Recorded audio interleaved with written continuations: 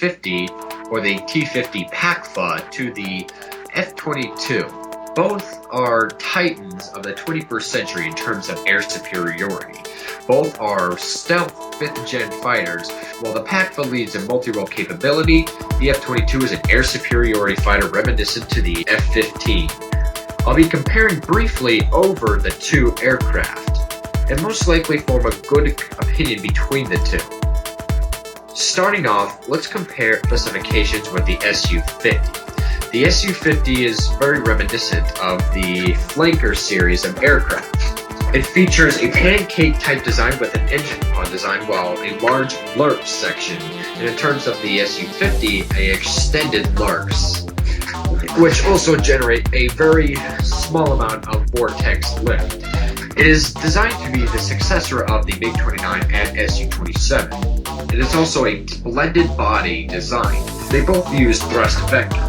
The AL-31F of the T-50 PAK FA proves to be almost inferior in terms of pitch angle with the angle of pitch, but claims to be superiority as it is 3D, increasing both the roll and the yaw rate of the PAK FA.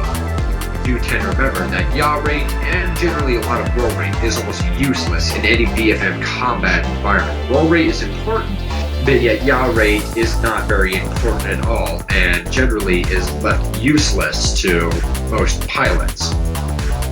The PAK FA features a wing loading around 444 kilograms to meter squared wing loading, much heavier than the F-22s, which I'll get into detail later. The F-22 is the main competitor to the PAK FA, and with that, it's mimicked to be very comparable with. Right now, currently, PAK FA's thrust-to-weight ratio is supposed at a typical 1.41 thrust-to-weight ratio. This is using the Ideli 30 engine. Now, this is only claims, but seeing how as the PAK FA has an empty weight of about 39,000 pounds, a loaded weight about 55,000 pounds, and a max takeoff weight of 77,000 pounds. The ferry range varies between 5,000 kilometers and a service ceiling around or above 65,000 feet, with a maximum G loading around 9.33 Gs. The max speed is supposedly a claim Mach 2.3, and its super cruise is at Mach 1.6. Now, accordingly, the PAK FA uses the Aluka AL-31F, which allows us to super cruise, albeit it does have an underpowered thrust-to-weight ratio, but the ILM-30 might be more power as well, comparably around almost beyond 39,000 pounds of force with each afterburner. Little information is known about the PAK FA's maneuverability, other than it features the same maneuvering capabilities of Cobra maneuver, Colbert maneuver, and so on. Avionics, it can supposedly use between the N036 Pavelka system, or as some people like to call it, I believe, it was the part of the SH-121. It was supposedly supposed to have the Urbis E radar, but this is believed to be an X-band AESA radar, making it one of Russia's first AESA radar.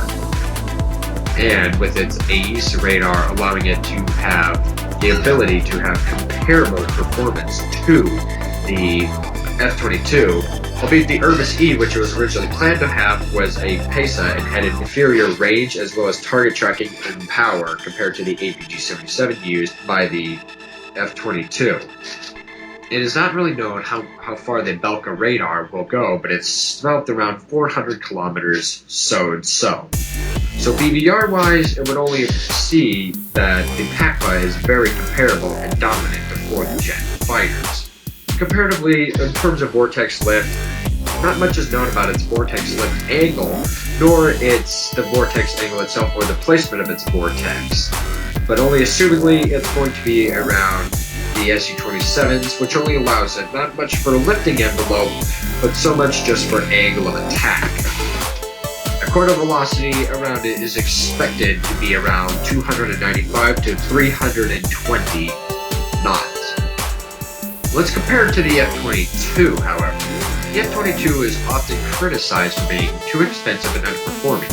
albeit what is little known is that the structure contains some of the high-strength materials that allow it to sustain stress and heats and colds and even withstand supersonic flights. It does not rot away as so said.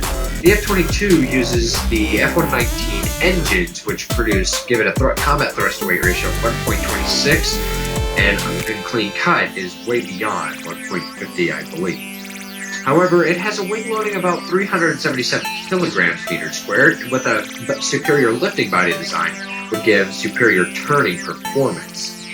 The thrust-to-weight ratio is said to be at 1.08, but that data might most likely be a heavy combat load instead of the actual engine combat load of the real F-22. The F-22 is expected to have a combat thrust-to-weight ratio at 1.26 and a beyond 1.48 at clean cut. However, it's supposed to have a climb near Mach 1 at this configuration, around almost 340 meters per second. Extremely fast in terms of climb. In terms of dry thrust, the F-22 has 26,000 pounds of force, and with a super cruise at Mach 1.8 and about top speed about accordingly Mach 2.7. According to a F-22 pilot, although this is according to him from a data source from an F-16 pilot down to a 2003 training mission, the F-22 may have a near or around 40 degree per second instantaneous turn. Although this is not confirmed, it's most likely very believable, as the F-22 sports a superior wing loading, superior thrust-to-weight ratio, and aerodynamics, as well as using the superior NACA 64A route and with thrust vectoring, which again use a 20 degree pitch angle, superior to the 8 degree pitch of the PAK FA. Comparatively, taking the radar, the APG-77 radar with its ALQ-40, I believe, its radar is beyond 420 kilometers, or even more, supposedly 460 kilometers in beyond detection range. The APG-77 radar can detect against 1 meter of squared targets, while farther 303 meters of squared target RCS, which would only provide that the F-22 has superior BVR capabilities and can detect RCS supposedly beyond 0.005, which is the supposed RCS of the PAK FA, which will be able to detect, almost contradicting the PAK FA's stealth. For the F-22 stealth design, it's believed that the F-22 is a RCS about 0.0001, or the size of a golf ball. What the F-22 has against the PAK FA is that it has S-shaped intakes, RCS symmetrical design, and upon that, designs that have a diamond-shaped wing similar to a delta, swept at 48 degrees to a leading edge, and a wing root chord at the fuselage, which is 34 feet 6 inches, and the wingtip chord is at 4 feet 2.5 inches. The wing has no twist or pronounced camber, and there are no canards or leading edge wing root extensions, which only gives more stealth and proves that the F-22 is a bit more stealthy compared to the round fuselage of the PAK FA, the protruding iris pod, the metal framed canopy of the iris pod, the similar pancake design, again with the round fuselage, the exposed engine nozzles, and the non-S duct engine intakes would only show that the PAK FA is again not very stealthy. Nor could it be able to claim to have RAM coating infused with plasma to allow it to have superior stealth to an F-22's RAM coating, which does not have plasma. Albeit, supposedly, plasma coating would give off more energy to be more detectable to the F-22's APG-77. These are claims without any backup and most likely false and propaganda.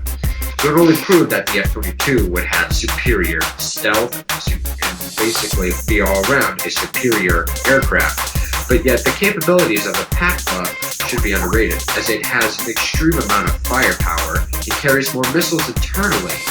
The The F-22 may be a little bit less in terms of firepower to the PAK FA, but the PAK FA is inferior in all regards, but thus equal to the F-22 only in firepower. But in terms of stealth, speed, turn rate, supposed turn rate, and agility and BFM performance, the F-22 would provide superior, as well as BBR performance, only proving that the PAK FA is honestly below the league to the F-22. But unlike comparatively to the Su-27 versus the F-15, the PAK FA might be more capable than previously thought. Although with little information shown, it might be that the PAK FA might be just as equal to the F-22 and could displace air power throughout the region.